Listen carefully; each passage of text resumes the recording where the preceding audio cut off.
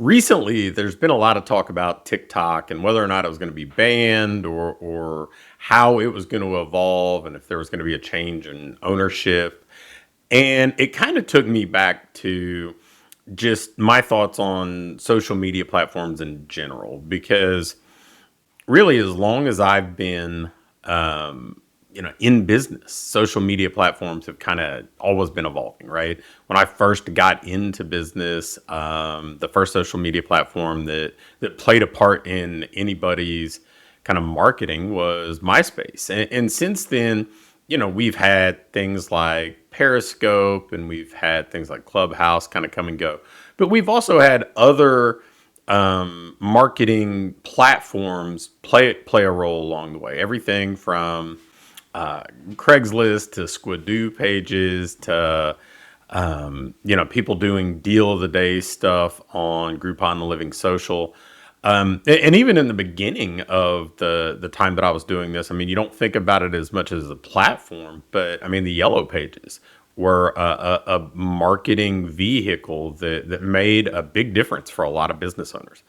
I think the lesson that I've learned throughout observing all of this is the platforms are going to change, the technology is going to change, the tools we use are going to change and evolve.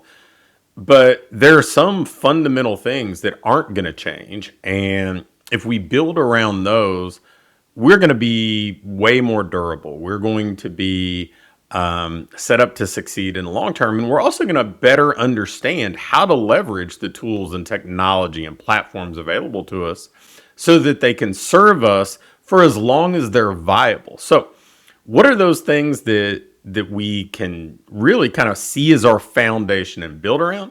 Well, the first is connection. People want to feel connected. They want to feel important and valued and seen. They don't want to be invisible. They don't want to be another face in the crowd.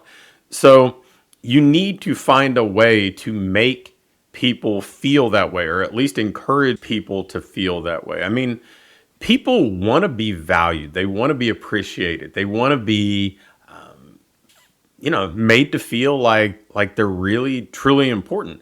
And we can do that in a number of ways, but it's always easier to do that and make people feel connected the closer you are to face, right? So, I leverage email marketing quite a bit in my business and try to write as if I'm writing to a single person each time. But make no mistake, if I had the option to speak to somebody face to face, one on one, I would do that. It's just sometimes you just can't do the things you'd like to do at scale. So it's like, how do I take this concept and make it scalable and use it in a way that I can really kind of build some growth around? The second thing that I think is just not going to change is that people are going to want convenience. I mean, we've seen that for as long as I can remember, right? We went from wall-mounted cord-based telephones to phones that we carry around in our pocket that actually are computers too. And computers were kind of that same way when I was growing up as well. I mean, we've seen Amazon go from, a week or two to ship to same day shipping in some cases. I mean, people want the things that they want, but they want them conveniently. They want them quickly. They want them when they want them. And so the better you are at really making the things that you do convenient for the people that you serve, the more valuable you're going to be in their eyes. And that kind of segues to the next thing that's not going to change.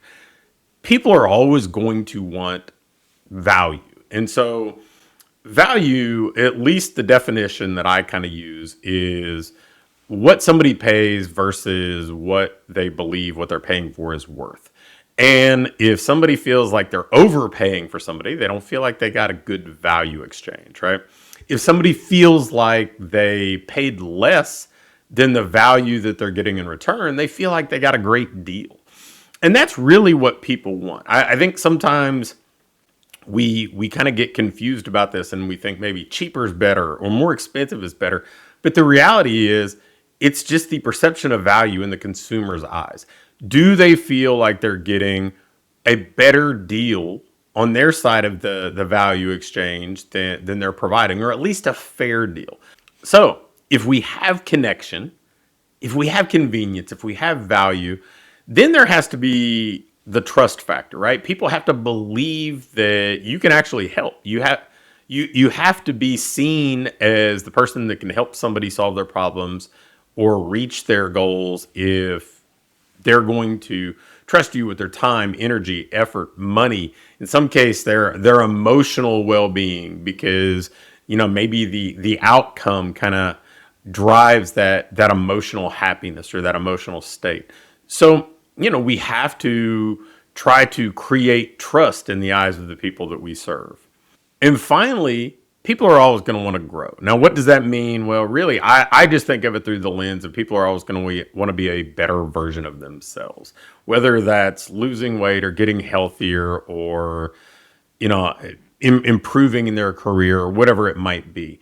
Those are things that I think are as durable a concepts as exist, right? You can look back through history and almost all of those things are true. I mean, you can look back at the way that people traveled, and we've continued to seek more convenient ways to go cross country, right? From, riding horses and pulling wagons to flying in airplanes. People want convenience. People continually try to find ways to feel connected to one another. I mean, I already kind of referenced the way that Amazon has been one of those things that drive convenience. And, the value exchange stuff, I think you or I both completely understand. Hey, I want to feel like I got, at least what I paid for and hopefully better. And finally, yeah, I want to wake up tomorrow and be a better version of myself. I mean, these are all simple things that I think have stood the test of time. You can look 5 years ago, 50 years ago, you can probably go back more than a century and see traces of these things present in society and frankly in marketing. So if you build around those things and then leverage technology, you leverage the tools available to you, you leverage the platforms that are kind of in vogue, now you can build something successful. You can build something durable because you're not at the mercy of the platform. You're not kind of re-engineering your business to kind of operate on what I would call rented land, where everything is built in a way that appeases the platform that the algorithm may change for within minutes, days, weeks.